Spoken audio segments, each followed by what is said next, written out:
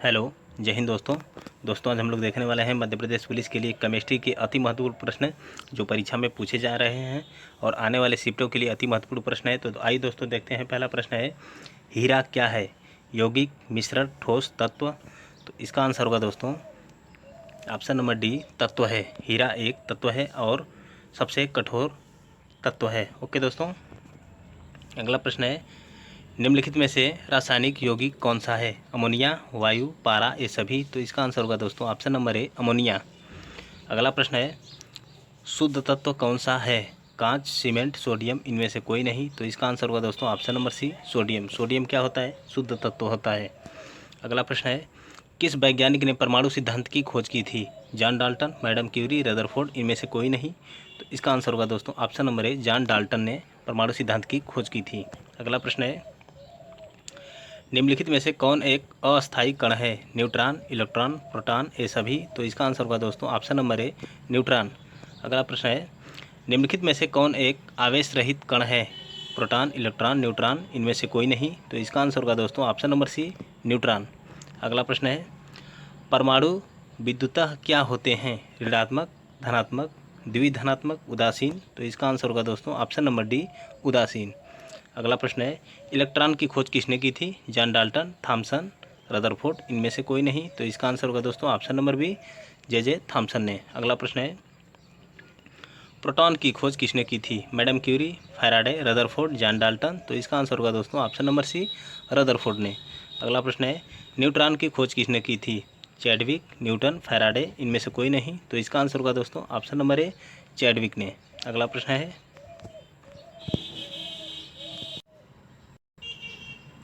परमाणुवीय नाभिक किसने खोज की थी? परमाणुवीय नाभिक की खोज किसने की थी? Thomson, Rutherford, Chadwick, John Dalton? तो इसका आंसर होगा दोस्तों ऑप्शन नंबर बी, रदरफोर्ड ने। अगला प्रश्न है, एक भारतीय वैज्ञानिक जिसका नाम एक विशिष्ट मूल कण के साथ जुड़ा है, क्या नाम है? बोस, रमन, साहा, चंद्रशेखर? तो इसका आंसर होगा दोस्तों ऑप्शन नंबर ए, बोस। अगला प्रश्न है, निम्नलिखित में से किस परमाणु के नाभिक में न्यूट्रॉन नहीं होता है? Helium, tritium, hydrogen, lithium? तो इसका आंसर होगा दोस्तों ऑप्शन नंबर सी, हाइड्रोजन। अगला प्रश्न है, इलेक्ट्रॉन के तरंग प्रकृति की खोज सर्वप्रथम किसने की थी? De Broglie, Rutherford, Thomson, Linnaeus? तो इसका आंसर होगा दोस्तों option number A, de Broglie ने। अगला प्रश्न है, तत्व के सबसे छोटे भाग को क्या कहा जाता है? परमाणु, ऋणायन, धनायन, अणु? तो इसका आंसर होगा ऑप्शन नंबर ए, परमाणु। अगला प्रश्न है, जॉन डाल्टन के परमाणु सिद्धांत के अनुसार कौन सा सबसे छोटा कण स्वतंत्र रूप से रह सकता है? अणु, धनायन, परमाणु, ऋणायन? तो इसका आंसर होगा ऑप्शन नंबर सी, परमाणु। अगला प्रश्न है, किसी परमाणु के गुण निर्भर करते हैं किस पर?